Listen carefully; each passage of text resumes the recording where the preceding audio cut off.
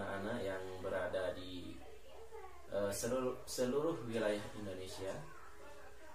Jadi pada hari ini kita kembali belajar lagi ya, walaupun saat ini dalam keadaan pandemi ya, pandemi COVID-19, namun kita tetap semangat. Ya, terkhusus juga buat keluarga penerima manfaat yang anaknya juga sedang belajar di rumah. Mari pada hari ini juga kita ikuti bersama pelajaran kita, yang mana hari ini kita akan mempelajari tentang ilmu pengetahuan alam. Ya, mari kita simak bersama-sama. Baiklah, pada hari ini kita akan mempelajari tentang ciri khusus pada tumbuhan. Jadi yang pertama kita akan mempelajari tentang ciri khusus pada kaktus. Yang pertama, ciri khusus pada kaktus itu dia memiliki daun yang berbentuk duri. Fungsi daun yang berbentuk duri itu adalah untuk menjaga kelembaban pada tubuh kaktus itu sendiri, untuk mengurangi penguapan pada batangnya itu.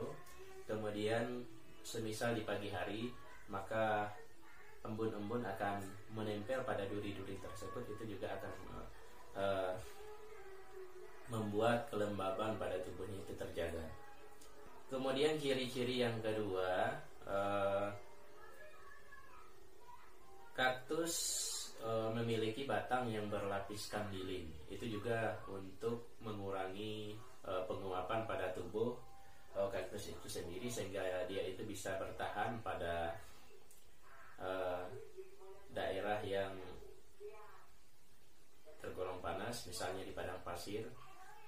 Untuk ciri-ciri yang ketiga, batang kaktus itu tersusun oleh spon, di mana spon itu ya berbentuk gabus-gabus ya, sehingga dia itu dapat menyimpan cadangan makanannya itu berupa air dalam waktu yang sangat lama, sehingga dia bisa bertahan hidup di tempat yang kadar airnya itu kurang. Kemudian ciri-ciri yang keempat, kaktus itu memiliki akar yang panjang, sehingga dia itu akan mudah mencari makanan di dalam tanah karena akarnya yang panjang itu tadi. Nah, kita sekarang akan masuk pada tumbuhan teratai, di mana kita pernah melihat teratai itu misalnya di kolam-kolam ya, itu banyak tumbuhan teratai ini. Jadi kita akan mempelajari ciri khusus pada teratai. Yang pertama, teratai itu memiliki daun yang bundar ya, bulat, kemudian lebar dan juga tipis. Dengan bentuk daun yang seperti tersebut tadi, maka dia akan mengambang ya di atas permukaan air, sehingga dia itu tidak mudah tenggelam. Daun teratai yang lebar berguna untuk mempermudah tumbuhan teratai itu menyerap sinar matahari, sehingga daun teratai itu akan dapat mempercepat penguapan atau proses fotosintesis pada tumbuhan teratai itu sendiri. Akar teratai itu berongga, itu gunanya adalah untuk mempermudah membawa oksigen untuk masuk ke dalam tubuh teratai itu sendiri. Nah, selanjutnya kita akan masuk pada tumbuhan pinus ya. Tumbuhan pinus ini adalah salah satu dari tumbuhan karnivora, yaitu tumbuhan pemakan serangga. Yang mana ciri khusus pada tumbuhan pinus itu sendiri adalah dia memiliki warna yang sangat mencolok. Warna yang mencolok ini akan memikat serangga agar dapat mendekat dan menempel pada pinus itu sendiri, sehingga serangga itu akan masuk dan terjebak di dalam pinus itu sendiri. Serangga yang terjebak dalam pinus ini akan diproses dalam tubuh pinus itu, akan diuraikan oleh tubuh pinus itu sendiri, akan dirawan menjadi sari-sari makanan pada tubuh. Daun pinus ini dia itu berengsel ya, berengsel, kemudian dia itu juga berbulu. Engsel pada pinus ini akan digunakan untuk alat untuk menjebak serangga itu sendiri.